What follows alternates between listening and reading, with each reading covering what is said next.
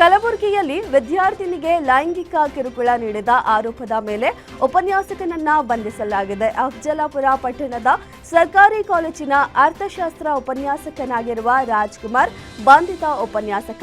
ವಿದ್ಯಾರ್ಥಿಗೆ ಲೈಂಗಿಕ ಕಿರುಕುಳ ನೀಡಿರುವ ಆರೋಪ ಕೇಳಿಬಂದಿದೆ. ಹೊಸ ವರ್ಷಕ್ಕೆ ವಿದ್ಯಾರ್ಥಿನಿಗೆ ಗಿಫ್ಟ್ ಕೊಡುವ ನೆಪದಲ್ಲಿ ಕಾಲೇಜಿಗೆ ಬೇಗ ಬರುವಂತೆ ಹೇಳಿ ಕರೆಸಿಕೊಂಡು ವಿದ್ಯಾರ್ಥಿನಿಗೆ ಲೈಂಗಿಕ ಕಿರುಕುಳ ನೀಡಿದ್ದಾನೆ. ಈ ಕುರಿತು ಅಫಜಲಾಪುರ ಪೊಲೀಸ್ ಠಾಣೆಯಲ್ಲಿ ಪ್ರಕರಣ ದಾಖಲಾಗಿದೆ.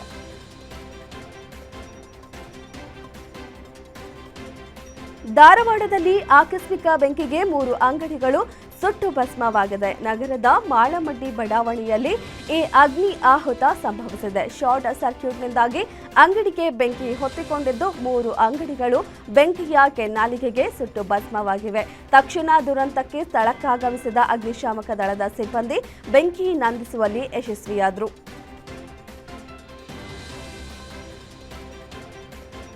ಸಚಿವೆ ಲಕ್ಷ್ಮೀ ಹೆಬ್ಬಾಳ್ಕರ್ ಪುತ್ರನ ಕಾರು ಚಾಲಕನಿಗೆ ದುಷ್ಕರ್ಮಿಗಳಿಂದ ಚಾಕು ಇರಿದು ಪರಾರಿ ಆಗಿರುವ ಘಟನೆ ಬೆಳಗಾವಿ ನಗರದ ಕ್ಲಬ್ ರಸ್ತೆಯಲ್ಲಿ ನಡೆದಿದೆ.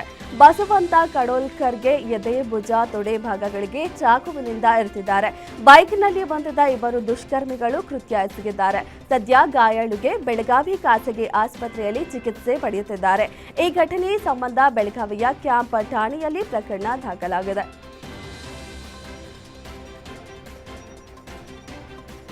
ಅನೈತಿಕ ಸಂಬಂಧ ಹಿನ್ನೆಲೆ ಪತ್ನಿಯನ್ನ ಕತ್ತು ಹಿಸುಕಿ ಭೀಕರವಾಗಿ ಕೊಲೆ ಮಾಡಿರುವ ಘಟನೆ ನೆಲಮಂಗಲದ ಹುಣಸೆಗಟ್ಟೆ ಪಾಳ್ಯದಲ್ಲಿ ನಡೆದಿದೆ.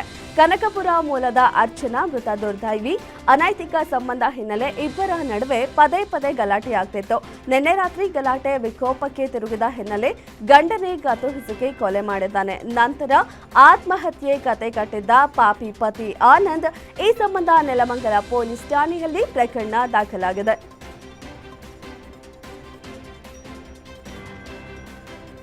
2 ಅವಳಿ ಮಕ್ಕಳನ್ನ ಕೊಂದು ತಾಯಿಯು ಆತ್ಮಹತ್ಯೆಗೆ ಶರಣಾಗಿರುವ ಘಟನೆ ತುಮಕೂರಿನ ಕ್ಯಾತಸಂದ್ರದಲ್ಲಿ ನಡೆದಿದೆ. ತಾಯಿ ವಿಜಯಲಕ್ಷ್ಮಿ ತನ್ನ 2 ಮಕ್ಕಳ ಜೊತೆ ಆತ್ಮಹತ್ಯೆ ಮಾಡಿಕೊಂಡಿದ್ದಾಳೆ. ನಮ್ಮ ಸಾವಿಗೆ ನಾವೇ ಕಾರಣ, ನನ್ನ ಗಂಡನನ್ನ ಚೆನ್ನಾಗಿ ನೋಡ್ಕೊಳ್ಳಿ, ಜೀವನದಲ್ಲಿ ಜಿಗುಪ್ಸೆ ಅಂತ ಡೆತ್ ನೋಟ್ ಬರೆದು ಸೂಸೈಡ್ ಮಾಡಿಕೊಂಡಿದ್ದಾರೆ. ಘಟನಾ ಸ್ಥಳಕ್ಕೆ ತುಮಕೂರು ಎಸ್ಪಿ ಅಶೋಕ್ ಕೆವಿ ಭೇಟಿ ನೀಡಿ ಪರಿಶೀಲನೆ ನಡೆಸಿದ್ರು.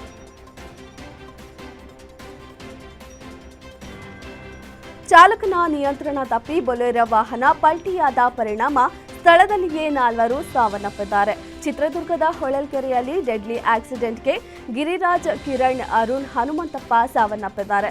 ಅಡಿಕೆ ಖೇಣಿ ಮುಗಿಸಿ ವಾಪಸ್ ಬರುವಾಗ ದುರ್ಘಟನೆ ಸಂಭವಿಸಿದ್ದು 5 ಮಂದಿಗೆ ಗಂಭೀರ ಗಾಯಗಳಾಗಿದೆ. ಚಾಲಕನ ಅತಿವೇಗ ಹಾಗೂ ಅಜಾಗರೂಕತೆಯಿಂದ ಅಪಘಾತಕ್ಕೆ ಕಾರಣ ಎಂದು ತಿಳಿದು ಬಂದಿದ್ದು ಸ್ಥಳಕ್ಕೆ ಚಿಕ್ಕಜಾಜೂರು ಪೊಲೀಸರು ಭೇಟಿ ನೀಡಿ ಪರಿಶೀಲನೆ ನಡೆಸಿದರು.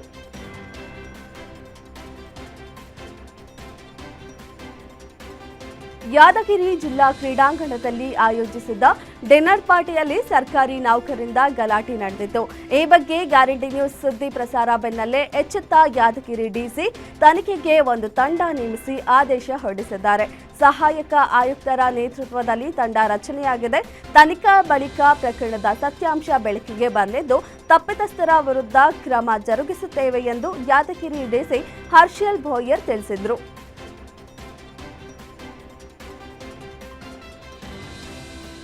ರಾಜ್ಯದಲ್ಲಿ ಮುಂದಿನ 4 ದಿನ ಮಳೆ ಮತ್ತು ಚಳಿ ಮುನ್ಸೂಚನೆಯನ್ನ ಹವಾಮಾನ ಇಲಾಖೆ ನೀಡಿದೆ. ಬೆಂಗಳೂರಿನಲ್ಲಿ ಮುಂದಿನ 3 ದಿನಗಳ ಕಾಲ ವಿಪರೀತ ಚಳಿ ಇರಲಿದ್ದು 2 ದಿನ ಮೋಡ ಮುಸುಕಿದ ವಾತಾವರಣ ಇರಲಿದೆ ಎಂದು ಹವಾಮಾನ ಇಲಾಖೆ ತಿಳಿಸಿದೆ. ಜನವರಿ 9 ಮತ್ತು 10ರಂದು ಬೆಂಗಳೂರಿನಲ್ಲಿ ಮಳೆ ಬೀಳುವ ಮುನ್ಸೂಚನೆ ಇದೆ. ಇನ್ನು ಉತ್ತರ ಕರ್ನಾಟಕದಲ್ಲಿ 5 ದಿನ ಚಳಿ ಹೆಚ್ಚಳವಾಗಲಿದೆ. ಕರಾವಳಿ, ದಕ್ಷಿಣ ಒಳನಾಡಲ್ಲೂ ಚಳಿ ಮುಂದುವರಿಯಲಿದೆ ಎಂದು ತಿಳಿಸಿದೆ.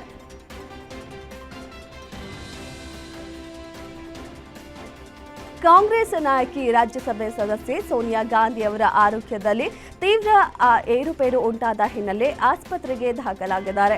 ಕೆಮ್ಮಿನಿಂದ ಬಳಲುತ್ತಿರುವ ಸೋನಿಯಾ ದೆಹಲಿಯ ಗಂಗಾರಾಮ್ ಆಸ್ಪತ್ರೆಗೆ ದಾಖಲಾಗಿ ಚಿಕಿತ್ಸೆ ಪಡೆಯುತ್ತಿದ್ದಾರೆ. ಸದ್ಯ ಅವರ ಆರೋಗ್ಯದಲ್ಲಿ ಸ್ಥಿರವಾಗಿದ್ದು ವೈದ್ಯರು ನಿಗಾ ವಹಿಸಿದ್ದಾರೆ. ಯಾವುದೇ ಆತಂಕ ಪಡುವ ಅವಶ್ಯಕತೆ ಇಲ್ಲ ಎಂದು ಹೇಳಿದ್ದಾರೆ.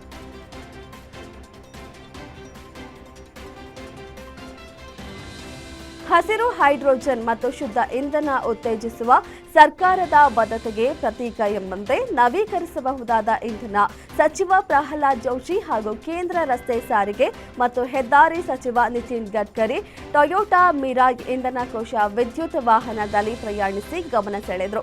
ಸಚಿವ ಪ್ರಹ್ಲಾದ್ ಜೋಶಿ ಅವರು ದೆಹಲಿಯ ಭಾರತ್ ಮಂಟಪದಿಂದ ನಿತಿನ್ ಗಡ್ಕರಿ ಅವರ ನಿವಾಸಕ್ಕೆ ಮಿರೈ ಹಸಿರು ಇಂಧನ ಚಾಲಿತ ಕಾರನ್ನ ಸ್ವತಃ ಚಾಲನೆ ಮಾಡಿದ್ರು.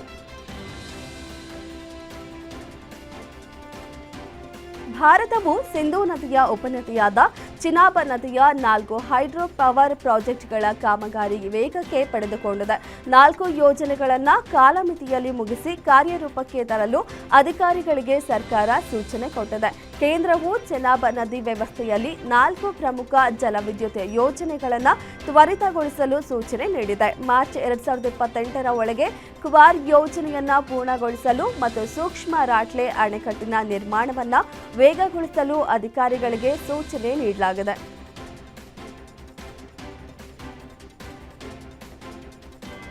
ವೆನೆಜುವೆಲಾದಲ್ಲಿ ಆದಂತೆ ಭಾರತದಲ್ಲೂ ಆಗುತ್ತಾ? ಅಮೆರಿಕ ಅಧ್ಯಕ್ಷ ಡೊನಾಲ್ಡ್ ಟ್ರಂಪ್ ಪ್ರಧಾನಿ ನರೇಂದ್ರ ಮೋದಿ ಅವರನ್ನ ಅಪಹರಿಸುತ್ತಾರೆ ಎಂಬ ಹೇಳಿಕೆ ಇದೀಗ ವಿವಾದ ಸೃಷ್ಟಿಸಿದೆ. ಮಹಾರಾಷ್ಟ್ರದ ಮಾಜಿ ಸಿಎಂ ಪೃಥ್ವಿರಾಜ್ ಚೌಹಾಣ್ ಪ್ರಶ್ನೆ ಮಾಡಿದ್ದಾರೆ. ಭಾರತದ ಮೇಲೆ ಅಮೆರಿಕದ ದುಬಾರಿ ತೆರಿಗೆಯಿಂದ ನಾವು ಭಾರೀ ಆದಾಯವನ್ನ ಕಳೆದುಕೊಳ್ಳಲಿದ್ದೇವೆ. ವೆನೆಜುವೆಲಾಕ್ಕೆ ಆದ ರೀತಿ ಭಾರತಕ್ಕೂ ಆಗಲಿದೆಯಾ ಎಂದು ಪ್ರಶ್ನೆ ಮಾಡಿದರು. ಇದಕ್ಕೆ ಬಿಜೆಪಿ ನಾಯಕರು ಕಿಡಿಕಾರಿದ್ದಾರೆ.